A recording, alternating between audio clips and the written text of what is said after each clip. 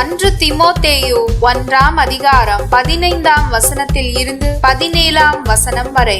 அன்பிற்குரியவர்களே, பாவிகளை மீட்க கிறிஸ்து இயேசு இவ்வுலகத்திற்கு வந்தார். இக்கூற்று உண்மையானது, எல்லாராலும் ஏற்றுக்கொள்ளத்தக்கது.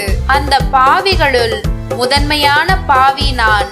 ஆயினும் கடவுள் எனக்கு இறங்கினார். நிலை வாழ்வை அடைய இயேசு கிறிஸ்துவிடம் நம்பிக்கை கொள்ள இருப்போருக்கு நான் முன்மாதிரியாய் விளங்க வேண்டும் என்பதற்காக முதலில் என்னிடம் தம் முழு பொறுமையையும் காட்டினார். அழிவில்லாத, கண்ணுக்கு புலப்படாத, எக்காலத்துக்கும் அரசராய் இருக்கின்ற ஒரே கடவுளுக்கு என்றென்றும் மாண்பும் மாட்சியும் உரித்தாகுக.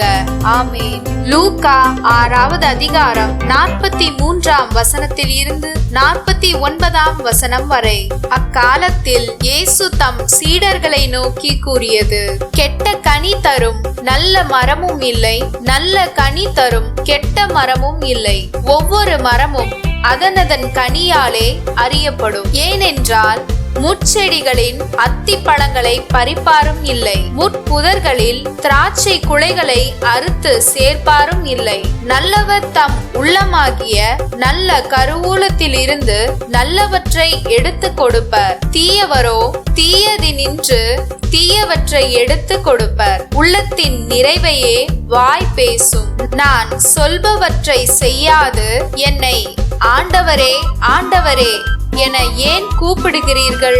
என்னிடம் வந்து என் வார்த்தைகளை கேட்டு அவற்றின்படி செயல்படும் எவரும் யாருக்கு ஒப்பாவார் என உங்களுக்கு எடுத்து காட்டுகிறேன். அவர் ஆழமாய் தோண்டி பாறையின் மீது அடித்தளம் அமைத்து வீடு கட்டிய ஒருவருக்கு ஒப்பாவார். வெள்ளம் ஆறாக பெருக்கெடுத்து அந்த வீட்டின் மேல் மோதியும் அது அசைக்க முடியவில்லை, ஏனென்றால் அது நன்றாக கட்டப்பட்டு இருந்தது. நான் சொல்வதை கேட்டும் அதன்படி செயல்படாதவரோ அடித்தளம் இல்லாமல் மண் மீது வீடு கட்டியவருக்கு ஒப்பாவார். 6 பெருக்கெடுத்து அதன் மேல் மோதிய உடனே அது விழுந்தது.